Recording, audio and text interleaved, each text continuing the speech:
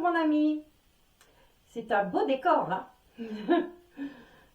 L'océan, ses vagues, ses algues, ses animaux et ses coraux. Allez, on va voir ce que c'est les coraux.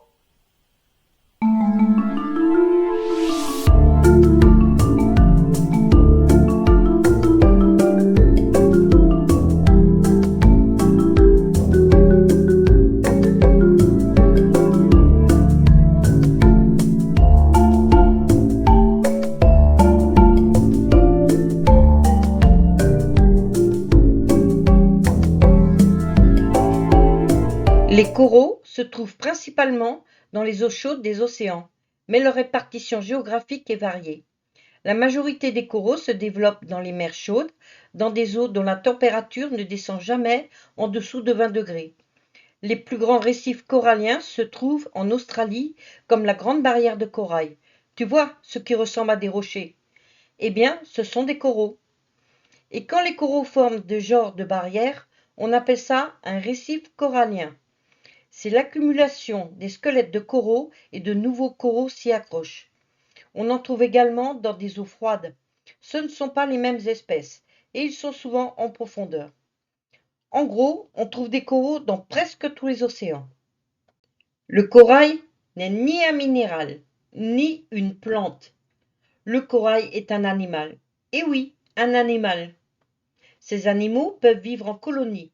Ils sont fixés à un support, un rocher ou une épave de bateau par exemple.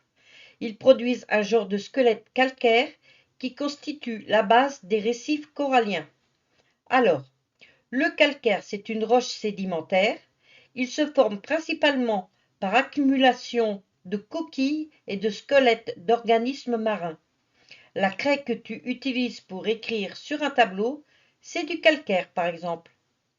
Je sens que cette vidéo va être longue. Il y a beaucoup de choses à expliquer et de mots complexes. Donc, nos coraux fabriquent du calcaire pour s'ancrer sur un support. En regardant de plus près, approche-toi, regarde. Chaque petite touffe est un animal. On voit bien les tentacules qui sont ressortis et qui bougent. Chacun de ces petits animaux s'appelle un polype. En fait, tous ces polypes vivent en colonie, à la surface d'un squelette unique qu'ils se sont construits.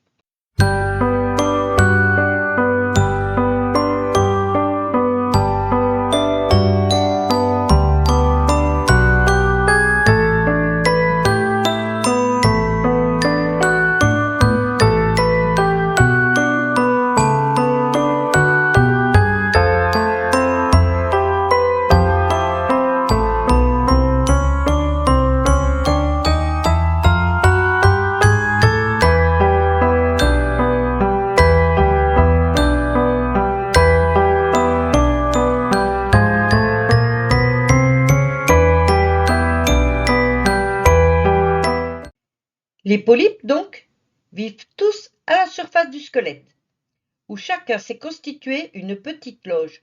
On le voit bien sur ce dessin. Ils partagent également la même enveloppe, comme s'ils avaient enfilé le même vêtement. Le trou là, c'est la bouche. La bouche est à la fois sa bouche et son anus. Ils rejettent les déchets par le même orifice où ils mangent. C'est le même organe, barque. Les tentacules de ces animaux sont tous recouverts de cellules urticantes. Ça pique comme les orties. Comme en grec ortie se dit knidé, eh bien les zoologistes ont rassemblé tous les animaux de ce genre, comme les méduses et les anémones de mer, dans la même famille, les cnidaires. Les coraux sont inoffensifs pour l'homme. À partir de la tombée de la nuit, les coraux commencent à chasser. Et oui, ils chassent. Les coraux sont carnivores. Ils se nourrissent surtout au coucher et au lever du soleil, car c'est à ce moment-là que le zooplancton dont ils se nourrissent remonte vers la surface. Le zooplancton, c'est un minuscule animal aquatique. Il en existe de nombreuses espèces différentes. Pour piéger ces minuscules larves, les coraux déploient leurs tentacules. On les voit bouger là, regarde. Et ces tentacules sont équipés de petits harpons venimeux qui paralysent les proies, le zooplancton. Un harpon, c'est un genre de crochet. Les harpons sont dissimulés dans le tissu qui enveloppe les tentacules. Ils sont rentrés sur eux-mêmes comme la manche d'un vêtement. Lorsqu'une proie approche, elle fait bouger des petits cils situés à proximité des cellules urticantes. C'est le signal. La pression dans les tentacules augmente et comprime le venin à l'intérieur des vésicules. Aussitôt, le harpon est expulsé de son fourreau et vient percuter une proie en lui injectant du venin. Puis, les tentacules ramènent la nourriture jusqu'à la bouche. Nous ne craignons rien avec les coraux, ils sont inoffensifs pour nous. Mais les coraux de feu ont des polypes chasseurs et ça peut être très douloureux. Ça fait comme une brûlure. Parfois, les coraux utilisent leur harpon pour attaquer une colonie voisine qui prend un peu trop de place. Comme ici, regarde, cette ligne blanche là, c'est le champ de bataille. Il ne reste plus que du squelette. Les coraux sont des animaux extrêmement anciens. Il existe depuis 400 millions d'années. D'ailleurs, il y a une variété incroyable de coraux différents. Sous le terme de corail, on regroupe de nombreuses espèces. Les plus connus sont les coraux constructeurs, ceux qui fabriquent un squelette calcaire. Celui-ci, par exemple, est aussi un corail, mais il est mou. Il n'a pas de squelette calcaire. C'est ce qu'on appelle un alcyonnaire. C'est aussi une colonie, un ensemble de polypes réunis dans un tissu commun. À l'intérieur des branches, il y a des petites aiguilles calcaires qui renforcent le tissu. Il y a d'autres alcyonnaires avec des formes diverses. Ce sont différentes espèces de coraux mous. Ce corail qui ressemble à un éventail n'est pas vraiment un corail. C'est ce que l'on appelle une gorgone. C'est un animal aussi, comme le corail, qui est constitué de polypes en colonie. Mais, contrairement aux coraux mous, la gorgone possède un squelette corné assez souple. Les gorgones sont toujours au travers du courant pour pouvoir capturer du zooplancton. Les tiges là, ce sont des gorgones fouées. Il en existe également en forme de buisson. Pour les gorgones, l'axe central n'est pas en calcaire, mais en corne, comme nos ongles. L'enveloppe contient des petits morceaux de calcaire qui consolident l'ensemble de la structure. Il est constitué également de polypes, mais les gorgones ont 8 tentacules à chaque polype, ainsi que les alcyonnaires, les coraux mous. Alors que les polypes des coraux constructeurs possèdent 6 tentacules, ou un multiple de 6. Dans le monde, on a recensé plus de 1000 espèces de coraux, et ils ont des formes et des couleurs très différentes. Certains coraux ne vivent pas en colonie. Ce sont des polypes solitaires. Ils sont posés sur le fond. Ils ne sont pas fixés sur un support. Certains coraux émettent des substances fluorescentes, mais on ne sait pas encore pourquoi. Lors de la période de reproduction, j'aurais du mal à appeler ça la saison des amours comme d'habitude, car il n'y a aucun amour entre eux. Donc, lors de la période de reproduction, les coraux pondent des œufs. Et oui, les polypes libèrent des millions d'œufs qui ressemblent à des petites billes minuscules. C'est une reproduction de masse. Et comme plusieurs colonies pondent en même temps, c'est une véritable marée d'œufs et de larves. C'est un énorme festin pour les animaux alentours qui viennent se régaler de cette nourriture abondante. Beaucoup de ces œufs seront en effet mangés.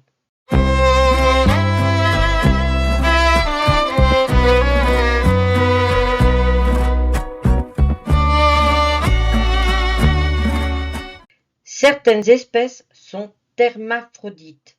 Hermaphrodite veut dire qu'elles sont chacune à la fois mâle et femelle. D'autres ont des sexes séparés. Elles sont gonochoriques. Les coraux se reproduisent de deux manières. Il y a d'abord la reproduction sexuée. en expulsant massivement des gamètes mâles et femelles. Les polypes libèrent des œufs qui se dispersent dans le milieu naturel. Ils se divisent et donnent des larves appelées planula. Ces larves dérivent au gré des courants marins et se fixent sur un support solide. Elles se métamorphosent alors en polypes uniques. La reproduction sexuée est rythmée par le cycle lunaire. Suivant les espèces, elle est saisonnière ou permanente. La grande barrière de corail en Australie n'est que une fois par an. Elle contribue à la diversité génétique de chaque espèce. Ensuite, il y a la reproduction asexuée. Les coraux se multiplient par bourgeonnement. Un polype se divise pour donner de nouveaux polypes, un genre de clonage. Les coraux grandissent lentement. Il faut compter 1 an pour une branche de corail de 10 cm. Il faut compter 100 ans pour une patate d'environ 1 mètre de diamètre. Les récifs coralliens sont des édifices millénaires. Parvenu à ce stade, l'animal commence à fabriquer son squelette. Pour cela, il puise dans l'eau de mer des minéraux avec lesquels il va fabriquer un composé calcaire qu'il accumule au niveau de son pied. De cette manière, il va fabriquer un socle qui va le fixer solidement au support. Et désormais, il ne bougera plus de cet endroit. Il construit une loge d'où sortent ses tentacules. Le polype unique, au départ, va bourgeonner. Un deuxième animal va sortir sur le côté, puis d'autres. Chaque polype accumule du calcaire au niveau du pied.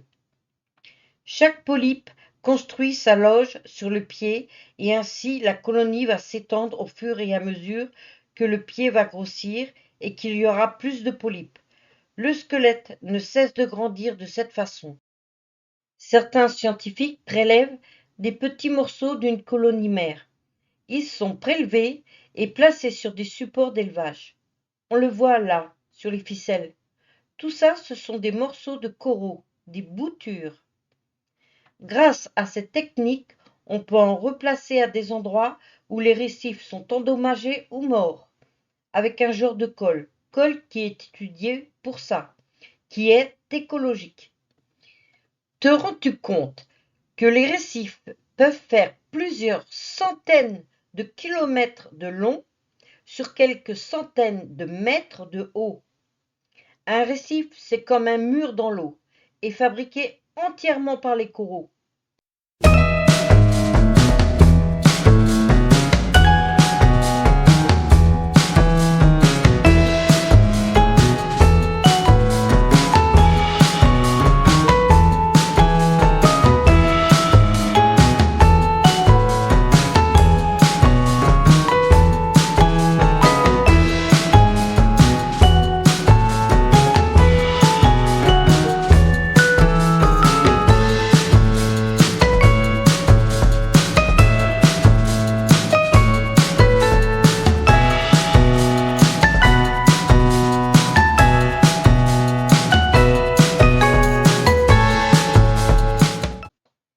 Et comment ça se passe? Dans chaque polype, il y a des micro-algues, des zooxanthelles. Le corail et la zooxanthelle sont en symbiose. Ils ont besoin l'un de l'autre pour vivre. Petite parenthèse, les gorgones ne recueillent pas de zooxanthelles. C'est pour cela qu'on dit que les gorgones ne sont pas vraiment des coraux.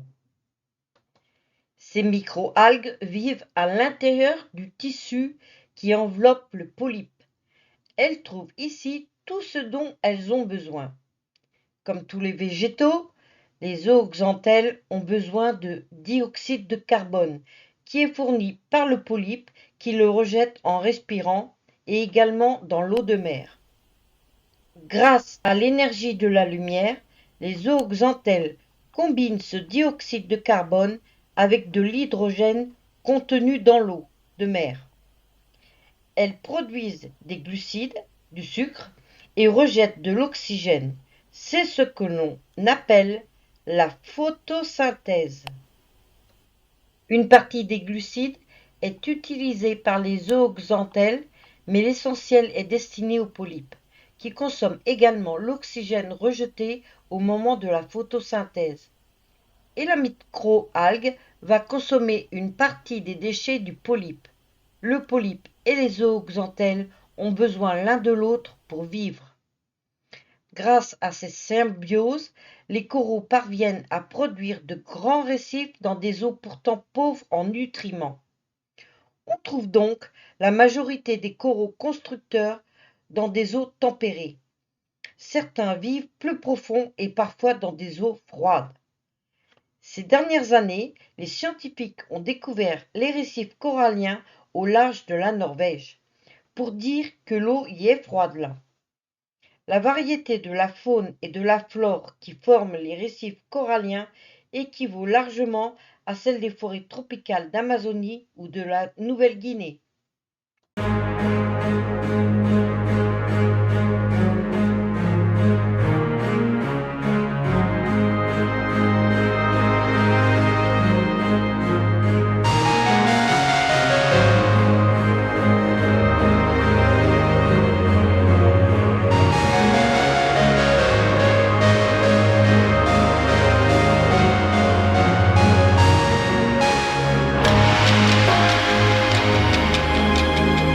Tous ces récifs abritent un des écosystèmes les plus riches de la planète.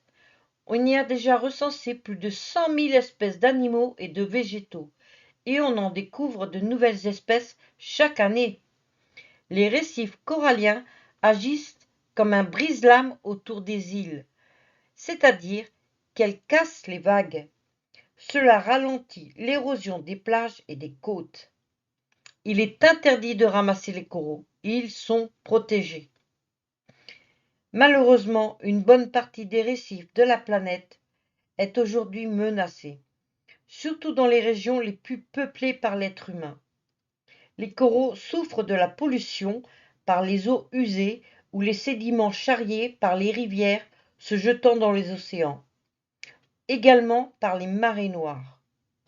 Je ne sais pas si je t'ai déjà expliqué ce qu'était une marée noire. En fait, quand on transporte du pétrole sur la mer, c'est dans des gros bateaux énormes, ça s'appelle les pétroliers.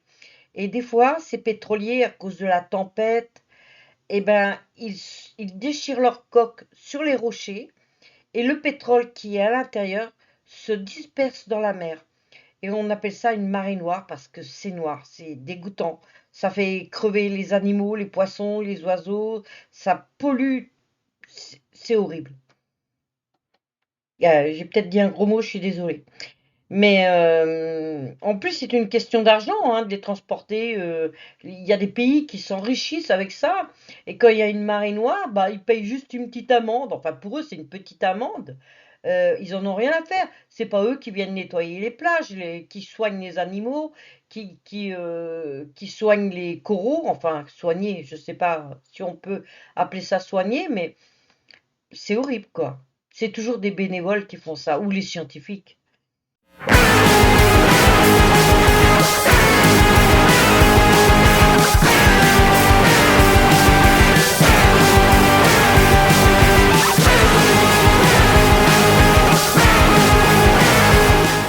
Bon, sans oublier les dégradations liées aux activités touristiques.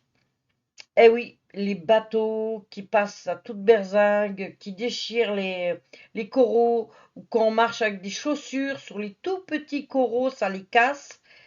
C'est des activités touristiques. Le réchauffement climatique pourrait lui aussi contribuer à la disparition des récifs coralliens. À certaines périodes, il provoque le blanchissement des coraux, parfois même leur mort. Et avec eux, c'est tout un écosystème qui est menacé. Car rappelle-toi de l'association du polype et du zooxanthelle. S'il fait trop chaud, les micro-algues meurent. Et sans de zooxanthelle, le polype ne survit pas non plus. Donc, petit à petit, c'est tout le corail puis le récif qui meurt, ne laissant que des squelettes blancs de coraux. Car n'oublions pas qu'il y a beaucoup de vie autour des récifs coralliens. Les scientifiques bossent dur pour replanter des coraux. Certains récifs sont même artificiels à certains endroits, pour créer ou recréer des récifs coralliens. Voilà mon ami, c'était le corail, les coraux.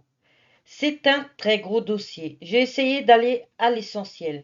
J'espère que cette vidéo t'a plu. N'hésite pas de regarder une deuxième fois parce qu'il y a des mots quand même très compliqués. On se retrouve la semaine prochaine pour découvrir justement un des habitants des récifs coralliens. Tu verras, c'est un poisson. On a tous le sourire en le regardant. Les petites filles les adorent, moi aussi. C'est mon poisson préféré. Je n'en dis pas plus, ce sera une surprise. Je te dis à la semaine prochaine. N'oublie pas de t'abonner, de partager, le pouce en l'air. Bisous. Et n'oublie pas que la nature est précieuse.